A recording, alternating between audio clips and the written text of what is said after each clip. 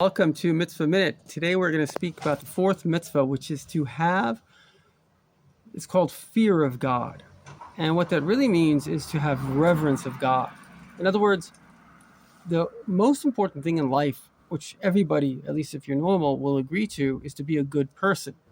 Now, if we all agree to be good people, why are we not all good people? And the answer is we have not only one desire, which is, let's call it the mind, the consciousness, and the conscience to be good, but we also have another desire. Let's say somebody likes money and somebody else has money, so they might want to steal the money. So before we discuss the importance of love of God, which draws you to do the will of God, but there's also the idea of fear of God, knowing that God is watching you all the time. There has to be a basic understanding that the way the world works is midah keneged midah, or karma. Whatever we do, ideally good, will come back to us. But if we do something negative, people will have to reincarnate into another lifetime even and pay the person back. There is no such thing as a world that doesn't have justice.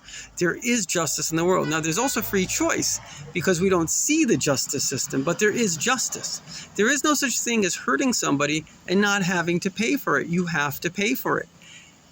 This is a reality. There's a story of the Baal Shem Tov where he came to a wealthy man. The man had a lot of horses. He said, "Can I have a horse?" He said, "Sure." And he went to the smallest horse. He said, "Can I have that one?" He said, "Rabbi, you can have any horse, just not that one. I love that horse so much. Anytime my wagon gets stuck, he's the one that pulls me out." So then the Baal Shem Tov goes into the man's house and he says, you show me your IOUs? That's the ledger where people would owe him money, people that borrowed money. And he said, "Can I have that one?" Now, holy tzaddikim, great saints, often the souls of people who have passed on come and they seek what's called a tikkun to be rectified so they can get into heaven. So he said, "Sure, that person's already passed away and I'll never be able to collect the money." So he took it, the Baal Shem Tov ripped it up, and they says, "Come, I want to show you something." He went back to the stable and that little horse was dead. That little horse was the reincarnation of this man that owed him the money, and he had paid off his debt. And the point is that we have to realize that God is watching. In a higher level, I'm not doing something because I don't want to be punished, but knowing that God is always watching. The whole universe is God. He's made everything, so he's just, obviously, if I can see, he can see. He made my eyes.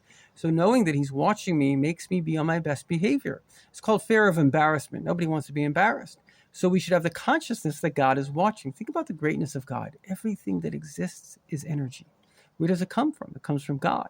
And he can do unlimited amounts of energy. So it's just unbelievable. And he's watching us, and he wants us to be on our best behavior. If nothing else, because he respects us. So let's respect ourselves and respect him and one another.